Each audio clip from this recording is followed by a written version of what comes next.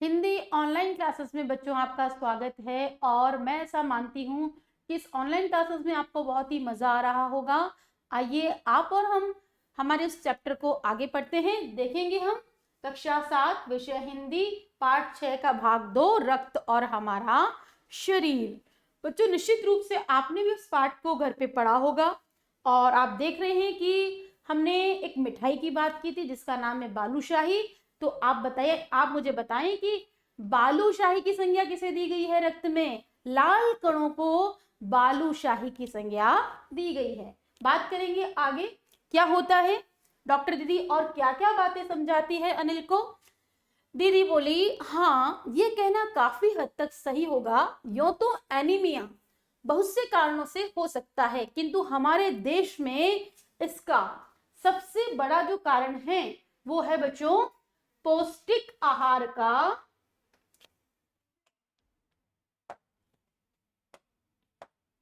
पौष्टिक आहार की कमी। अभी बच्चों बात की थी पौष्टिक आहार की, तो इसके अलावा इस रोग का एक और भी बड़ा कारण है। या तो आपने भोजन अच्छा नहीं लिया है, आपका जो भोजन है वो आपको स्वाद तो देता है लेकिन पौष्टिकता नहीं देता है, इस कारण आपको एनीमिया हो सकता है। या फिर इसका दूसरा बड़ा कारण क्या बताया है? पेट में कीड़ों का हो जाना। दूसरा बड़ा कारण क्या है बच्चों? पेट में कीड़ों का हो जाना। ये कीड़े प्रायः, अब देखो पेट में कीड़े होते कैसे हैं, कैसे आएंगे पेट में कीड़े? तो उसके भी कारण होंगे। हम कोई गंदा पानी पी लेते हैं या हमने कुछ ऐसा फूड खाया है, ऐसा खाना खाया है जो पहले से ही बासी है, दूषित है। ठीक है, तो यहाँ देखेंगे हम कि ये कीड़े प्रायः, प्रायः का अर्थ होता है बच्चों अक्सर, दूषित जल और खाद्य पदार्थों के द्वारा हमारे शरीर में प्रवेश कर जाते हैं। या तो आपने कहीं गंदा पानी पिया है या कहीं आपके भोजन के गंदे भोजन के माध्यम से वो क्या है वो आपके शरीर में प्रवेश कर गए कीड़े। अतः इनसे बचने के लिए ये जरूरी है, आवश्यक है कि हम पूरी सफाई से बनाए गए खाद्य पदार्थ ही ग्रहण करें। यानी बाजार से जो सब्जियां आई हैं उनको धोएं।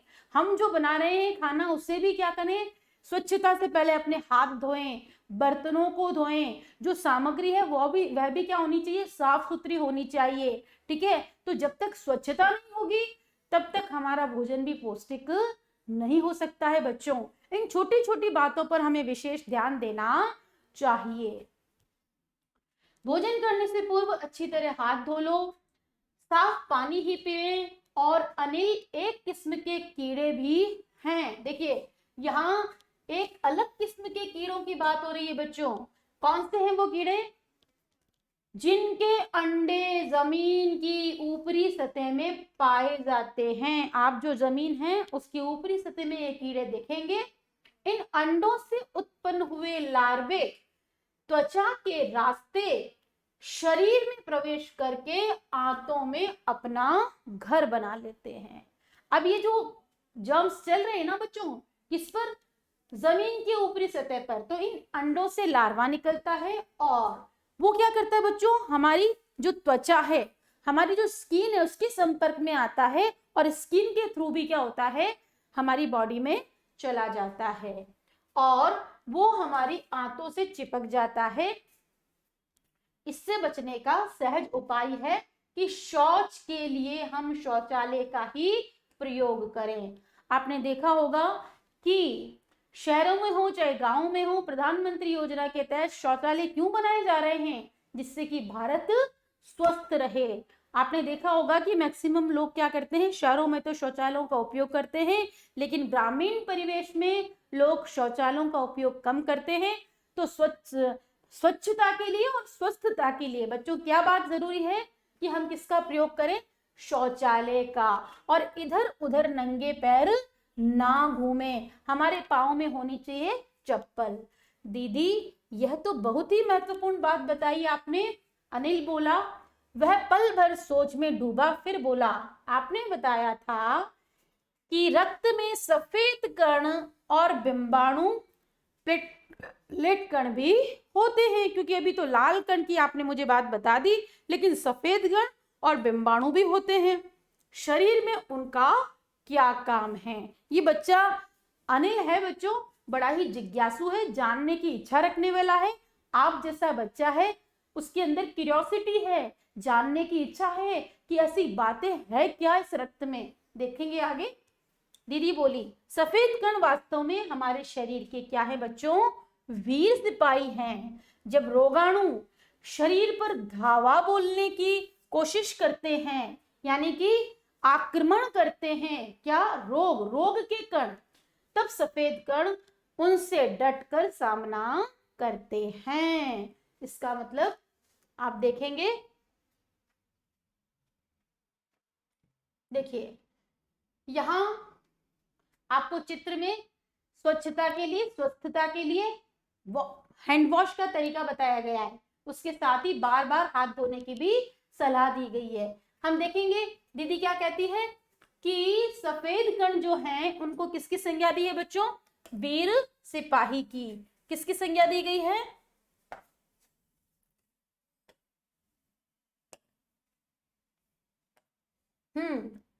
वीर सिपाही किसको कहा गया है, सफेद कणों को। जब रोगाणु शरीर पर धावा बोलने की कोशिश करते हैं, सोचिए कोई रोग आया, रोग के कण जब आपके शरीर को जकड़ने वाले हैं, तब एक्टिव कौन हो जाते हैं, हमारे रक्त के सफेद कण। और वो जब धावा बोलते हैं तब सफेद कण उनसे क्या करते हैं बच्चों, डटकर मुकाबला करते हैं। और जहां तक संभव हो पाता है रोगाणुओं को, उन रोग के अणुओं को भीतर घर नहीं करने देते। यानी ये सफेद कण एकदम किससे मुकाबला कर रहे हैं, रोगाणुओं से। बस संक्षेप में यूं मान लो कि वे बहुत से रोगों से हमारी रक्षा करते हैं। तो बच्चों प्रश्न बनता है कि हमारे शरीर में रोगों से लड़ने की जो क्षमता है वो किसमें होती है, हमारे शरीर के जो रक्त है, रक्त में जो सफेद कण हैं।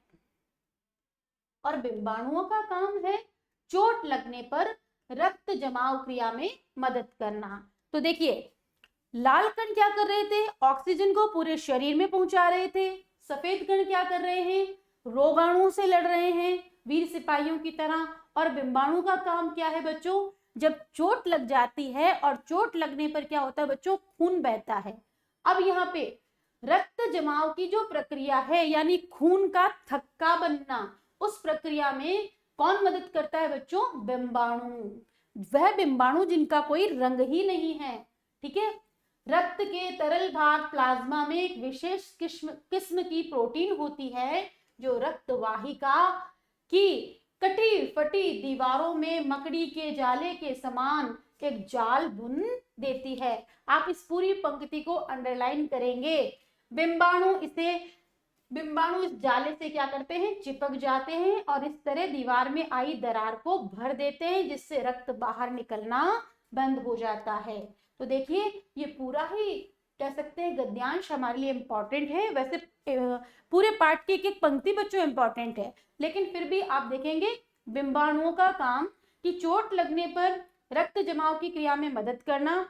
और प्रक्रिया में आप देखते हैं कि रक्त के तरल भाग जो प्लाज्मा है उसमें विशेष किस्म की क्या है, एक प्रोटीन है जो रक्त वाहिका की जो कटी फटी दीवार में मकड़ी के जाले के समान, आपने मकड़ी का जाला तो देखा ही होगा, एक जाला बुन देती है और बिंबाणु इस जाले से चिपक जाते हैं और इस तरह दीवार में आई दरार भर जाती है, जिससे कि रक्त बाहर निकलना बंद हो जाता है। तो हम देखेंगे कि तीनों ही कणों का, चाहे वो लाल कण हो, चाहे वो सफेद कण हो, चाहे हमारे बिंबाणु हो, तीनों का ही काम बड़ा ही महत्वपूर्ण है।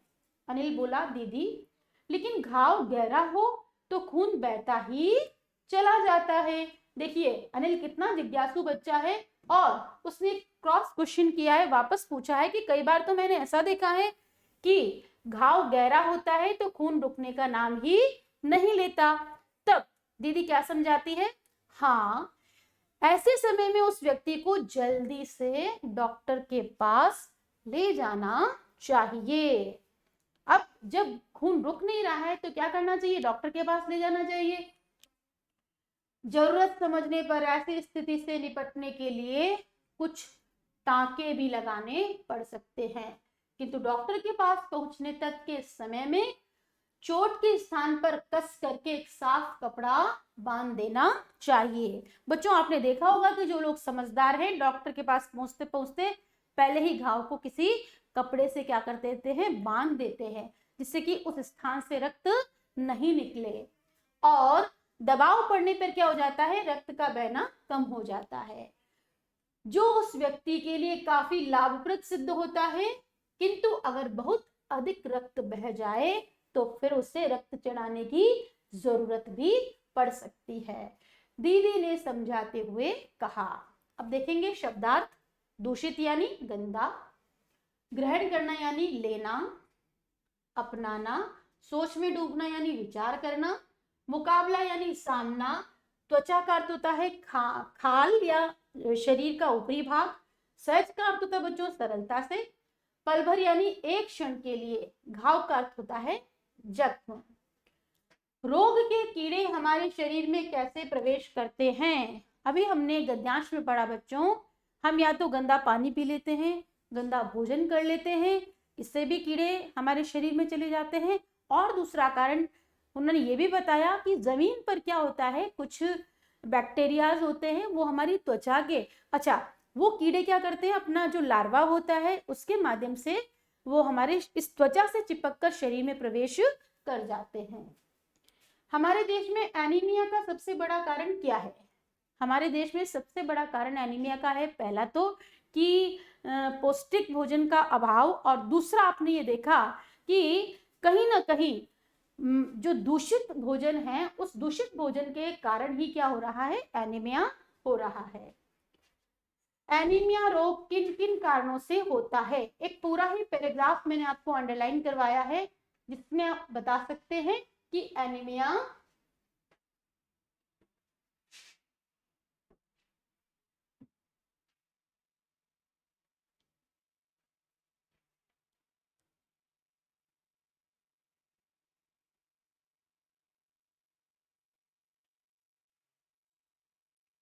पौष्टिक आहार की कमी और उसके बाद जो भी रोगाणु आपके उसमें शरीर में चले गए हैं उससे क्या, उसके कारण क्या हो जाता है, एनीमिया हो जाता है।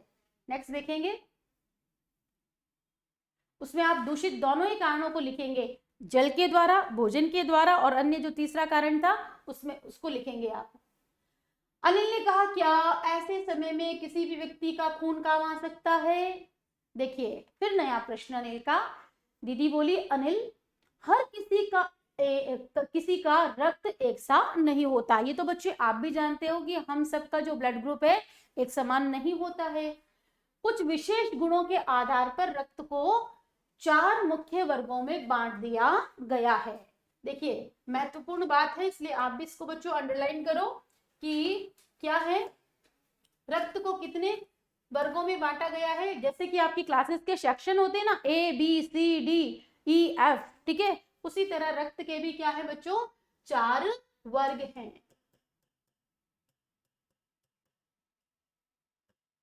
ठीक है, जरूरतमंद व्यक्ति के रक्त समूह की जांच करने के बाद, जैसे कि मुझे आवश्यकता है आज ब्लड की, ठीक है, तो क्या होगा, मेरे उस ब्लड ग्रुप को चेक किया जाएगा, उसी रक्त समूह का रक्त चढ़ाया जाता है। और अगर मुझे खून चढ़ाने की आवश्यकता है तो मुझे उसी रक्त समूह जो ब्लड ग्रुप मेरा है उसी ब्लड ग्रुप से खून चढ़ाया जाएगा। आपने देखा होगा, कभी कभी आपने टीवी में देखा है, कभी फिल्मों में देखा है, कभी आपने वास्तविक दिनचर्या में भी देखा होगा कि किसी का एक्सीडेंट हो जाता है या किसी को कोई बीमारी हो जाती है तो ब्लड की जब आवश्यकता होती है तो पहले से ही परिवार के लोगों को कहा जाता है कि भाई देखिए ब्लड की व्यवस्था करनी पड़ेगी। तो वो कहते हैं कि भाई हमें क्या करना है कि भाई आप ब्लड बैंक जाइए, वहां ब्लड बैंक से व्यवस्था कीजिए। तो ये सब चीजें उनको समझाई जाती है कि आप अपने किसी फैमिली मेंबर का ब्लड तो दे सकते हैं, लेकिन ब्लड बैंक से वापस आपको क्या होगा कि आपके मरीज के जो उसका ब्लड ग्रुप है वो आपको वो क्या कर देते हैं, चेंज करके दे देते हैं।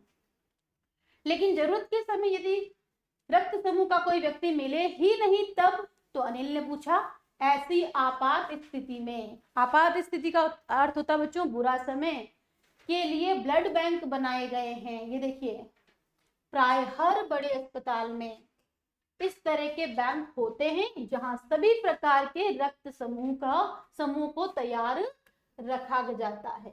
किंतु इन ब्लड बैंकों में रक्त का भंडार सुरक्षित रहे, इसके लिए ये आवश्यक है कि हम समय समय पर रक्तदान करते रहें।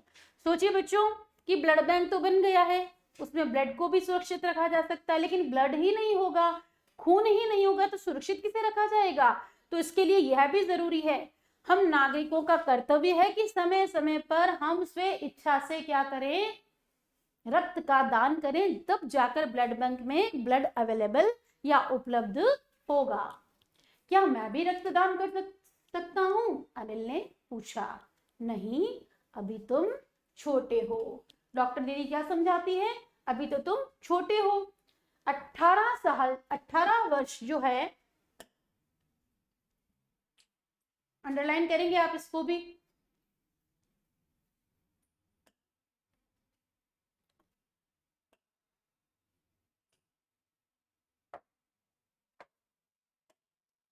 जब तक कोई व्यक्ति 18 वर्ष का नहीं हो सकता, 18 वर्ष से अधिक उम्र के स्वस्थ व्यक्ति ही रक्तदान कर सकते हैं। एक समय में उनसे लगभग, अंडरलाइन करें, 300 मिलीलीटर रक्त ही लिया जा सकता है। प्राय यह समझा जाता है कि रक्तदान करने से कमजोरी हो जाएगी। आपके घर के बड़े बुजुर्गों से आपने अक्सर सुना होगा, ठीक है, अगर वो बहुत ही ज्ञानी, विद्वान और समझदार हैं और उनको जीवन का अनुभव है तो उस तरह की बातें ही नहीं करेंगे। लेकिन कुछ लोगों में क्या होता है बच्चों, ये भ्रम होता है, ये भ्रांति होती है, ये गलतफहमी होती है कि जब हम ब्लड दे देते हैं किसी को या ब्लड डोनेट कर देते हैं या रक्तदान कर देते हैं तो उससे बहुत कमजोरी होती है। ऐसा बिल्कुल भी नहीं है, किंतु ये विचार बिल्कुल निराधार है, ये सिर्फ और सिर्फ एक गलतफहमी है। रक्तदान करने से कमजोरी नहीं होती है। हमारा शरीर इतना रक्त तो कुछ ही दिनों में क्या करता है, बना लेता है। क्योंकि रक्तदान करते समय एक समय में कितना ब्लड लिया जाता है, देखो 300 मिलीलीटर। वैसे भी शरीर में लगभग 5 लीटर खून होता है। आप भी अंडरलाइन करें। इसमें से यदि कुछ रक्त किसी जरूरतमंद व्यक्ति के जीवन दान बन जाए तो इससे बड़ी बात क्या होगी। दीदी समझाते हुए बोली, फिर तो बड़ा होने पे मैं नियमित रूप से रक्तदान किया करूंगा। अनिल ने कहा। शाबाश अनिल, डॉक्टर दीदी ने अनिल की पीठ ठोकते हुए कहा। देखिए, अच्छे काम के लिए जब कोई प्रोत्साहित हो रहा है, कौन, अनिल, तो निश्चित रूप से डॉक्टर दीदी उससे बड़ी है और उसकी क्या कर रही है बच्चों, सराहना कर रही हैं। और सराहना करते करते उन्होंने क्या किया है, अनिल की पीठ ठोकना मतलब शाबाशी दी है। देखते हैं आगे हम, ये आप देख रहे हैं यहाँ पे क्या हो रहा है बच्चों, ये रक्तदान शिविर का एक चित्र लिया गया है। ये लोग क्या कर रहे हैं, रक्तदान कर रहे हैं। डॉक्टर और यहाँ इनके पास जो कुछ भी इनके साथ खड़े हैं, ये लोग इनके साथ खड़े होकर पूरी इनकी सुरक्षा की जिम्मेदारी ले रहे हैं। शब्दार्थ पढ़ेंगे हम, देखेंगे क्या है शब्दार्थों में। शाबाश, ब्लड बैंक का अर्थ होता है, देखिए ब्लड का अर्थ होता है रक्त और बैंक का अर्थ होता है कोश। आपात स्थिति यानी विपत्ति का समय, बुरा समय, निराधार यानी पूरी तरह से गलत, नियमित रूप से यानी निश्चित रूप से, रक्तदान यानी खून दान करना, पीठ ठोकना का अर्थ होता है प्रशंसा करना या शाबाशी देना। प्रश्न देखिए, रक्तदान करने से शरीर में कमजोरी क्यों नहीं आती। रक्तदान करने से बच्चों शरीर में कमजोरी इसलिए नहीं आती क्योंकि इतना रक्त शरीर पुनः कुछ ही दिनों में बना लेता है। एक समय किसी के शरीर से कितना रक्त लिया जाता है, अभी मैंने आपको लिख कर के भी बताया है और अंडरलाइन भी करवाया। आप लिख लीजिए कि एक समय में किसी के शरीर से 300 मिली लीटर, ठीक है, क्या कर सकते हैं, हम रक्त ले सकते हैं। रक्तदान कौन कर सकता है, 18 वर्ष की उम्र से अधिक कोई भी स्वस्थ व्यक्ति रक्तदान कर सकता है। ध्यान रखिएगा, अगर किसी को बीमारी है, उसके खुद के खून की कमी है, उसको खुद को शुगर है, कुछ और परेशानियां हैं, तो वो सोच समझ के रक्तदान करेगा और डॉक्टर की सलाह पर करेगा। लेकिन रक्तदान कौन कर सकता है? 18 वर्ष की उम्र से अधिक स्वस्थ व्यक्ति ही रक्तदान कर सकता है। आइए, इतना अच्छा लेसन लिखने वाले जो हमारे लेखक हैं डॉक्टर यतीश अग्रवाल, उनके विषय में हम थोड़ा अध्ययन करेंगे और देखेंगे। डॉक्टर यतीश अग्रवाल का जन्म 20 जून 1959 में बरेली उत्तर प्रदेश में हुआ था। इनकी आरंभिक शिक्षा दिल्ली व लखनऊ में हुई। इन्होंने आयुर्विज्ञान की उच्चतर शिक्षा university college of medical sciences Delhi, Vallabh bhai Patel chest institute Delhi, Kingsway camp TB अस्पताल दिल्ली और सफदरजंग अस्पताल से ग्रहण की। देखेंगे आप, बहुत सारे स्थान से इन्होंने अपनी शिक्षा ली है। डॉक्टर ऑफ मेडिसिन की उपाधि दिल्ली यूनिवर्सिटी से और दिल्ली से प्राप्त की। 1998 में foundation for detection of early gastric carcinoma और जापान के तत्वाधान में अंतरराष्ट्रीय फेलोशिप और national cancer centre hospital Tokyo में उच्चतर प्रशिक्षण ग्रहण किया। यानी कह सकते हैं हम कि मेडिकल के मामले में इनकी जो एजुकेशन है, इनकी जो डिग्रियां हैं, बहुत ही हाईफाई है। और विज्ञान परिषद इलाहाबाद ने इन्हें 1999 में विज्ञान वाचस्पति की उपाधि से भी सम्मानित किया है। 1980 से इनके लेख स्तंभ और चिंतन देश के प्रमुख राष्ट्रीय दैनिक समाचार पत्र पत्रिकाओं में नियमित रूप से प्रकाशित होते आ रहे हैं। इनके कृतित्व के लिए इन्हें मेघनाद साहा सम्मान 1991, 92 और 93 में, स्वास्थ्य मंत्रालय के राष्ट्रीय पुरस्कार 94, 95, 97, आत्माराम सम्मान 1999 और राष्ट्रीय विज्ञान पुरस्कार 1999, राष्ट्रीय डॉक्टर अग्रवाल भारत सरकार के शिक्षा पुरस्कार 2003, साहित्यकार सम्मान हिंदी अकादमी 2003 से अलंकृत किया जा चुका है। अलंकृत का अर्थ होता है बच्चों सुशोभित करना, ठीक है। इनकी प्रसिद्ध रचनाएं मन की दुनिया, डागदर बाबू, सबके लिए स्वास्थ्य, नारी शरीर के रहस्य, दाम्पत्य विज्ञान इत्यादि है। इसी के प्रश्न उत्तर बच्चों हम अपनी नेक्स्ट क्लास में करेंगे। तब तक के लिए नमस्कार।